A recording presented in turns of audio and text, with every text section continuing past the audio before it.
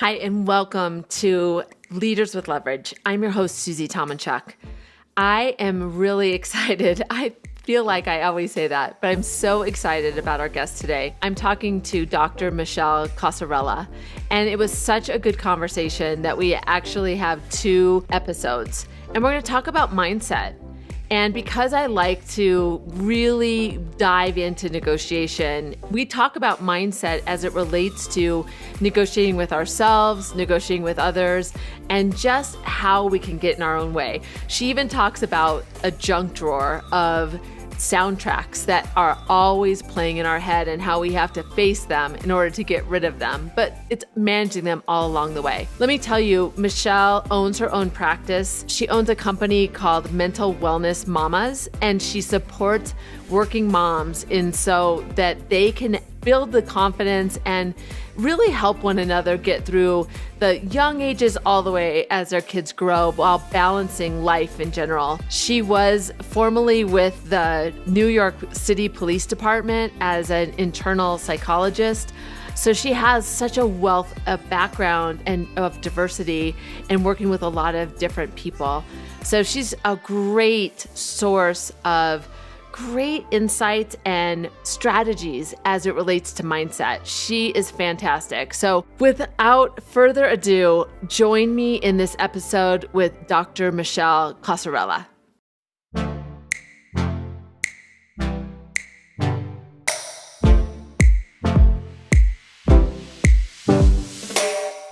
I am so excited for today's conversation because I'm here with a very good friend of mine, Michelle Casarella, which I've been practicing to make sure I get that correct.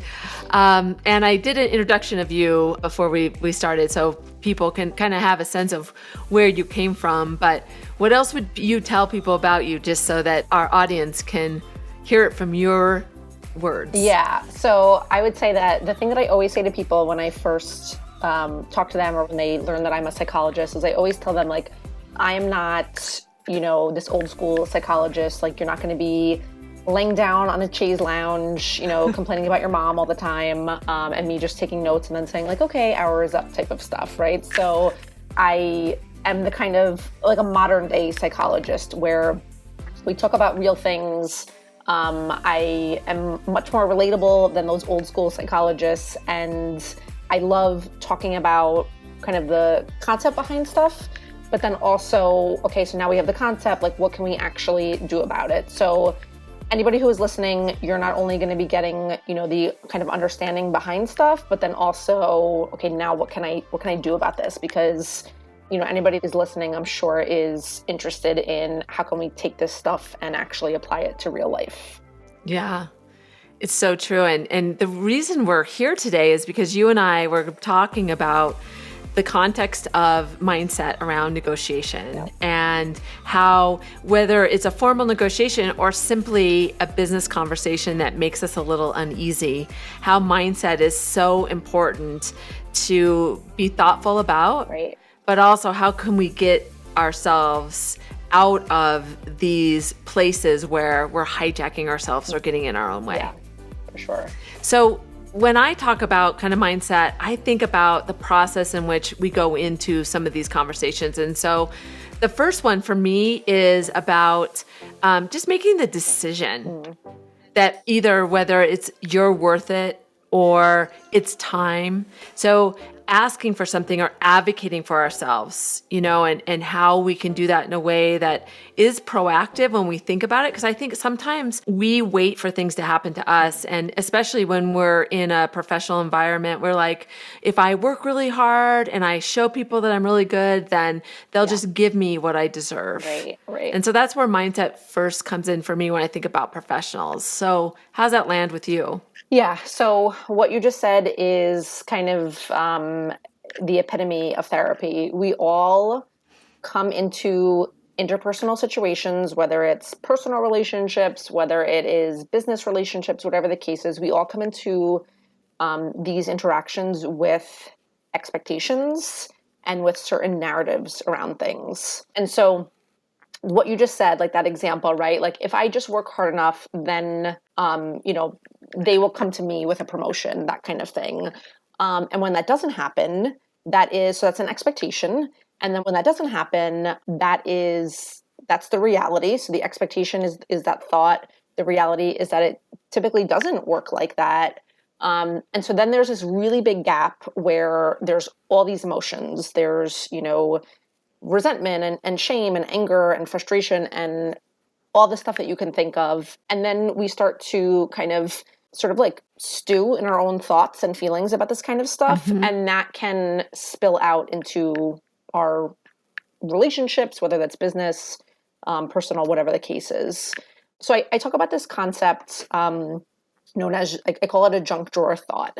And a junk drawer thought is basically just like a, funny little name, basically to talk about the stuff that we tell ourselves, the narratives, right? So that thought of, if I just work hard enough, then I will be approached with a promotion, that thought came from somewhere. And typically it's a mix of kind of messages that we received growing up, whether that's not like, your parents directly said this kind of stuff to you, but messages that we got directly or indirectly, whether that was from society, whether it was from, a teacher always commenting like, oh, you're such a good girl because you always raise your hand, or whatever the case is, right? And so we have these junk drawer thoughts, as I like to call them, because they are exactly what you find in a junk drawer. The stuff that you kind of keep tucked away because you've just always had it, right? And you're not going to get rid of it because like, oh, what if you need it someday, right? But it's been sitting in there for a really long time. And sometimes it's time to like go through the junk drawer and actually clean out some of these thoughts that have been taking up the clutter and like literal real estate in our home, right? And the same thing, like literal real estate in our brain and like mental energy space. Yeah, I just love the analogy of a junk drawer because I think about the times that I'm like, I'm committed to cleaning out the junk drawer and I go and I maybe like throw one thing away and then I'm just kind of like, I push the junk drawer You just closed. And I shove think it that closed. that's Yeah. really right. Yeah. Because you're identifying as you're looking at things. So then, obviously there's a connection to us analyzing, I'm not happy where I am, Yeah. or I wish I had more money, Yes. or Yes. I wish I had more opportunities. And in order to face those, that means we have to take action. We have to clean out and we have to face the emotions that go with that. Yes. And so it's such a great analogy because how many times have you gone to clean out the junk drawer and you're like, tomorrow? Exactly, right? And what's in the junk drawer? It's stuff that we have like multiples of, like how many pens are in everybody's junk drawer, right? We don't need 20 pens, but there's 20 pens and we don't want to throw them away. There's always like I know I always have like a coupon that ends up expiring because I never actually use it, right? So it's like stuff that we just put in there and we tell ourselves we'll deal with it at some point, but it then becomes emotionally overwhelming. And so then we just, like you said, just sort of shove it closed. So I appreciate that you appreciate that analogy because I think everybody can immediately relate to having a junk drawer and what's in it and kind of what the like feelings and emotions that it brings up. Yeah.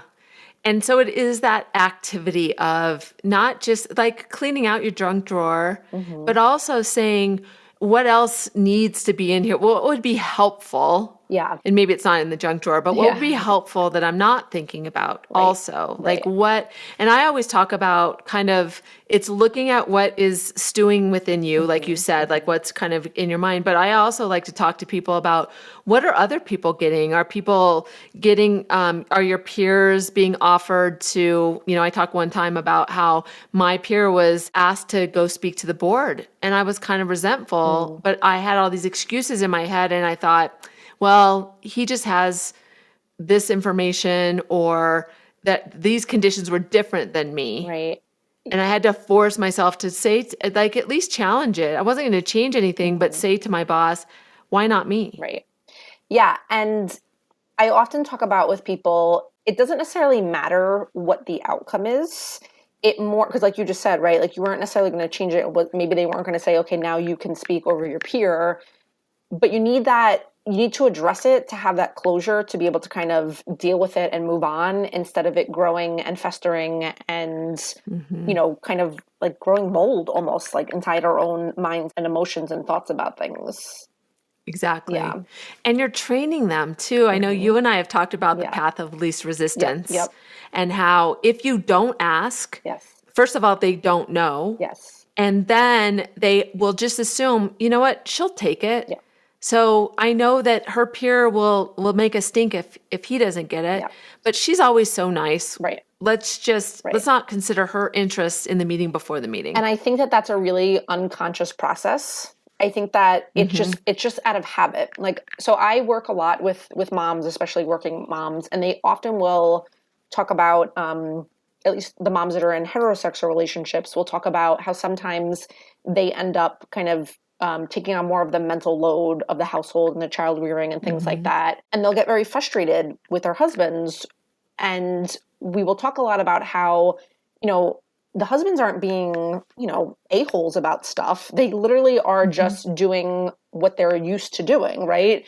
So if you have just in the business world, if you have just become a person who always does extra things or a person who always just takes what they are offered, that's just going to be what people come to expect of you. And it's just simply out of habit, not necessarily because of anything that's wrong with you or anything going on with you, but people are just going to, like if somebody wants to just do my dishes, right? I'm just going to let them do it. and then I'm going to get used to it. And then one day when they don't do the dishes, I'm going to be like, oh, why don't you do the dishes, right? But so it has that feeling of it's simply about habits and patterns. And like you said about don't be the path of least resistance, because it's a very unconscious process for the other person. It might be very conscious for you, but unconscious for them. Yeah. So when you identify that these things are stewing about and being able to come to a point where you can realize when they're getting in your way. Yeah. I was Yeah, going I to was gonna say, say, God, do you have so a that's question? like Yeah. the before. That's Yeah, the so before. Okay. that's like the Yep. before. We always think like this mindset thing is like once we fix it, it's fine. Right. Like it's all the way through. Right. But for me, like when you think about negotiation or making that choice, you finally are like, okay, I'm going to stand up for myself, or I'm going to advocate to move forward with this, Yep. or I'm going to get out of my own way and quit stewing about this and letting these, I'm going to take action.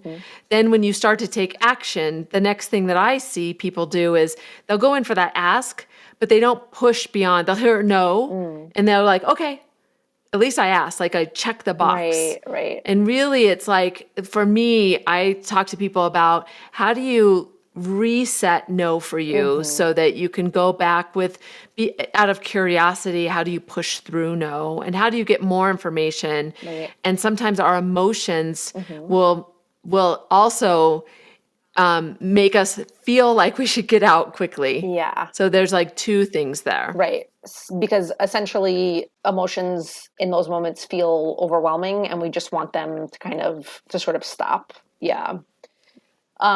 Okay. So the first thing that I like to, because I mean, this isn't just with negotiation stuff. I mean, this is literally just life, right? I mean, think about anything where, with kids, right? If they're like bugging you and you feel overwhelmed and you just want them to stop. So you just give them the thing that they're asking for, right? It literally just feels like just make it stop. I don't want to continue to feel uncomfortable. And that is, I think, part of the process, being more comfortable. You're never going to be really comfortable, but being more comfortable with being uncomfortable. And that is something that is, if you can master that, I think that is like such an important, not only like actual skill, sort of like tactical skill in terms of negotiation, but this emotional intelligence skill, being able to, and you talk about this all the time, right? Like this kind of like sitting in the silence and being, because it feels uncomfortable to be silent, right? And to sit in the silence. And that's part of what we do in therapy too, is to like just create this space for, silence, this space for emotions, just really to be like, get used to being more, again, comfortable with these uncomfortable emotions. Yeah. Yeah. I was listening to something today. This is reminding me of it is that we wait for our confidence to be in place first before we move forward. Right. And we really need to move forward, which increases our confidence. Yes. Oh my gosh. And so Yeah. like getting used to being uncomfortable Yeah. and understanding, because I think too, social media plays tricks on Oh, for ourselves sure. by Yeah. we assume that it's easy for other people, but it's really a challenge for all of Yeah. us. Yeah. And so just getting used to that, because, that's what it means to be about the journey, And also, is I its think, struggle. and I love what you said before about, it's like people think almost like just like I've checked a box and here's the outcome. Even when you check the box and have the outcome, it's never as linear as that. It's always a process. I like to think of it as so a lot of times people will talk to me about having anxiety, for example, whether that's like in the workplace or, just in general. And I always talk to them about how anxiety and just uncomfortable situations, uncomfortable conversations, negotiations, things like that, to think about it like a light dimmer rather than a light switch. And so with a light switch, you just turn it off and on, right? Like you either have confidence or you don't. You either, negotiate really well or you don't, type of thing. But with a light dimmer, there are times where the dimmer is up so high that you wouldn't know that it's on a dimmer because it just seems like the light switch is on. And there are times where the dimmer is so low where, you wouldn't, like, you literally have to look up at the light to see that it's actually on. And then there's all other levels of it, right? That there are times where you are going to be maybe more confident or less triggered, but that it's not this black and white, off and on type of thing, that it really is more of kind of like a process or a continuum. Yeah. Yeah, I love that so much because it's true about us as individuals in who we are. Right. Like being an Yeah. extrovert always feels very positive to me, but to somebody else, it may in a certain situation not work well. It doesn't mean I'm different or I'm not who I am, Right. but I may need to adjust my style Yes. to work in the best way for that. And I think we get better at that as we can read the room and, like you Absolutely. said, have a deeper self-awareness Right. about when to apply these different things. And uncomfortable things, like getting comfortable with silence, is not, like you said, sometimes it's easier and sometimes it's harder, just depending on the situation, the stress, the emotion, and all those variables. Absolutely. Yeah. It's almost like we have a lot of different dials that we should probably think about, and that dim switch Yep, is exactly. applicable to all. Absolutely. Yeah. I was my daughter's looking for a house an apartment to purchase. This is the first time she's ever purchasing one, and she found the perfect one, but she put in a bid and it wasn't quite what the asking price was, Right. which is, these days Yep. crazy. Yep. But in one moment on Saturday, she was like, I feel really strong about this and, it's fine. And then like literally found out that somebody that was under contract. And it was so interesting to see her switch in this Yep. self-doubt. Yep. I should have gone up. I Right. should have done this differently. Yep. Yep. And so how, when these conditions around us, we can feel so confident in the moment or with our decision, and then the conditions around us change, and then all of a sudden we get this spike Yeah. and we have this self-doubt, regret, all this just comes to light. Yeah. So, I mean, I think the first thing that comes to my mind around all of this stuff is something that I see happen so often, is that a lot of times we kind of try to rationalize our emotions. So in this example that you were giving, your daughter was really hopeful, like, right? She really wanted this place. She found the perfect place. She was appropriately, putting in an amount of money, whether it was like, whatever it was, right? Like she did that for a reason. And she was really hopeful. And then her hope got crushed, right? I mean, she probably was disappointed among, many other emotions. And then what we try to do often is we try to rationalize our feelings, right? Like, well, I should have done this or I should have done that. Or sometimes we just have to let ourselves feel the disappointment or let ourselves feel whatever that looks like. But so often our brains go immediately to rationalizing and thoughts and that kind of place, as opposed to like, this sucks or this is really hard or whatever that kind of looks like in that moment. And that takes, that takes practice, that takes kind of developing skills, that takes a lot of self-awareness. But to me, ultimately, that's one of the core foundations of having emotional intelligence around negotiations, because when you can realize what you're feeling and allow yourself to feel it, you're going to then be able to manage it and move on. And it's not going to kind of, then rear its ugly head in some other way, shape, or form later on down the line.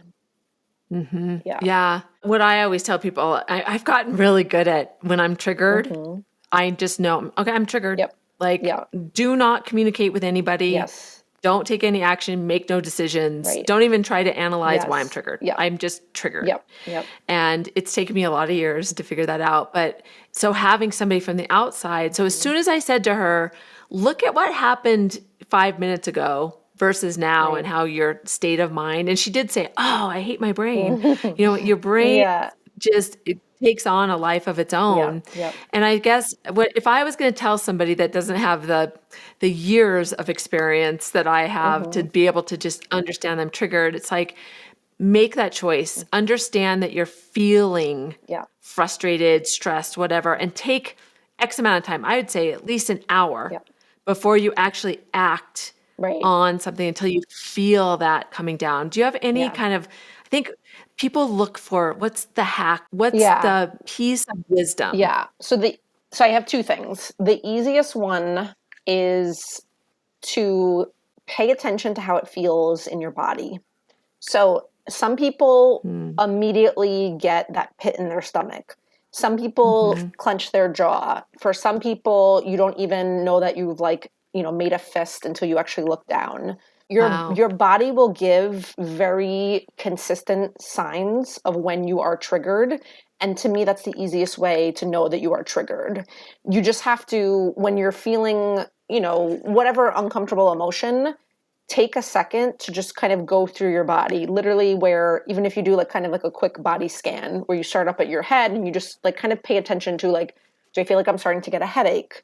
Do I feel like my jaw is clenched? Do I feel that tightness in my shoulders, the pit in my stomach, right? Whatever it feels like, you will very easily know that you're triggered based on how your body is responding to things. So that's my number one. And then I forgot the second one. All right, I'll give you. I'd love that so much because you're right. Take a minute, maybe take a breath. Yep. And be able to go, pit in my stomach. That's so interesting. Clenching your fist. What am I doing?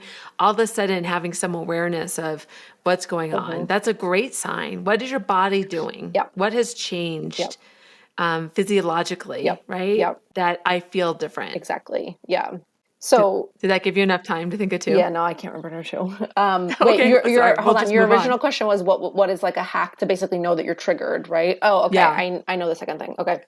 Okay. And so then my second tip or sort of hack around kind of how do you know that you're triggered is to think about whatever comes up. What are the things that get under your skin but don't make any logical sense?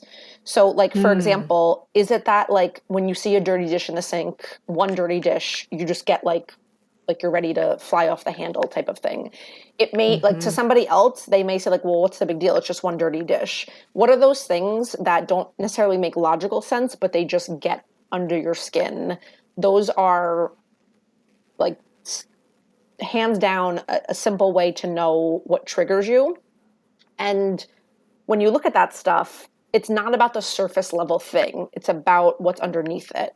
So it might be, the dirty dish, but really what's underneath that is, think about it. What is underneath that? Is it that you are the only one in the household who does the dishes? Is it that when things feel chaotic and out of control, that's triggering for you? Is it that maybe you grew up in a household where only perfectionism was allowed. So if there's one dirty dish or one thing out of place, that triggers you. So the easiest thing is to think about that and then kind of do sort of a reverse engineer to say, but what does this actually mean? What is the symbolism of it? Yeah. That's so good. I have a great example of that. Yeah. It's I like to, on the weekends, I like to see progress. And so I have this big to-do list that I feel like everybody can see, but it's really just lives right here. And if I see anybody in my house watching TV or reading a book, I get triggered. Yep. Like, so there you go. Yeah, that's a perfect there's example. things to get done exactly. here. Right. Yeah. And so I've used it to my benefit, and I've told people, like, in order to keep me sane, you better ask me what's on my list that they can contribute to, or else they'll trigger me. Exactly. And so exactly. Right. Yeah. you can use it in your benefit. Why not? Exactly. Right. So you've taken that piece as like a self-awareness piece to say, okay, I'm triggered by this, even though it might not make sense to anybody else, but I'm going to communicate this to other people so that I can manage it in a different way. Yeah, definitely.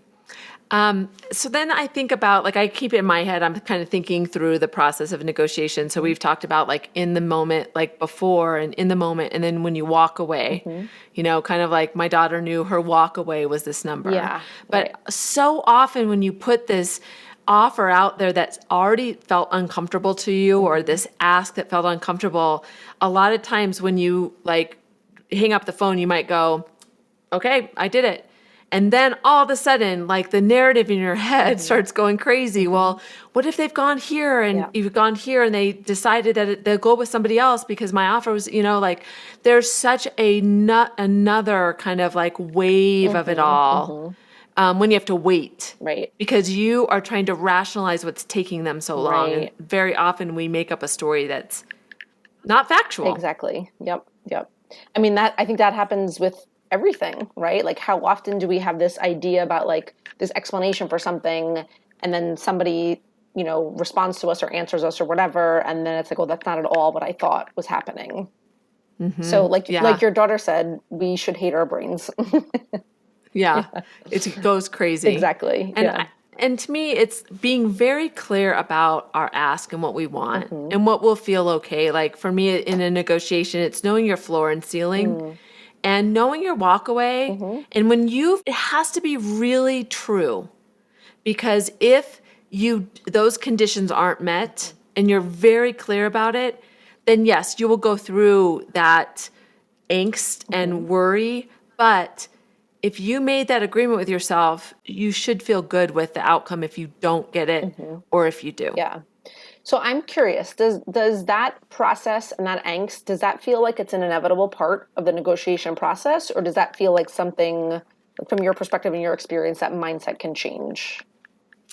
I think it gets better over time. Yeah. I also think it gets better when we know our value or we've experienced enough to understand that. And I think that the work is, we often don't think about our value until we're going to ask for something. Right. And I think we're robbing ourselves of an opportunity to kind of even take time to appreciate your contribution and always be thinking about it so that it doesn't feel like this leap in the moment. Yeah, okay. And being able to go, in this meeting, I know it sounds silly, but in this meeting, I am one of the ones that provides the most value. And so my value to the organization is high.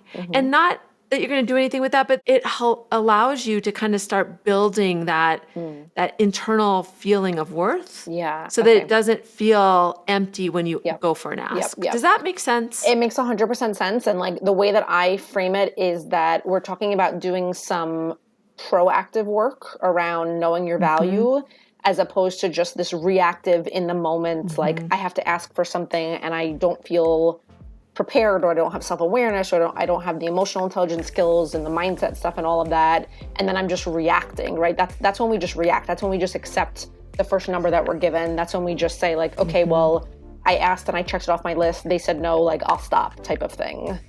So really, to me, about being more proactive and less reactive. Yeah. Yes.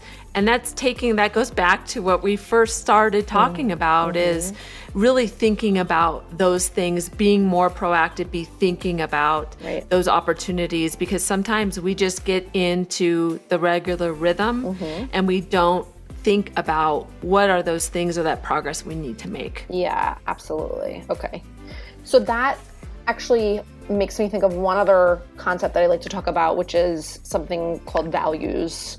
And I think that this is really important in kind of the mindset part or the emotional intelligence part of a negotiation, because When you don't know, like you just said, your value, not only your value in terms of like your worth, but your value in terms of like what is important to you, because it's going to be different for everybody, then I think it's going to be hard to know your priorities in a negotiation, and it's going to be hard to know like what is your, like what are the, like exactly what you said, the floor, the ceiling, and then the walk away. Yeah. And having that clear view is really essential. Yep. Man, this has been such a great conversation. Yeah. I know that we have so much more to talk about. I think we're going to plan on having another session. Yes, for sure. Help me understand, where do you want to take it from here? So to me, we've sort of talked about the concept of things, and I think now it's going to be really helpful to say like, okay, what are some tangible, practical things that I can put into place? How can I develop my emotional intelligence skills so then I can use it to my advantage in negotiations and just in business in general? Awesome. I'm looking forward to me it. too. And I robbed you of your, hard work, Dr. Michelle Casarella. I didn't say that last time, so I'm going to be better at that. So next time I will introduce you properly. But join us next time. I mean, let's continue the conversation. This has been great. I really appreciate your time, and we'll continue the dialogue. Thank you so much, Susie.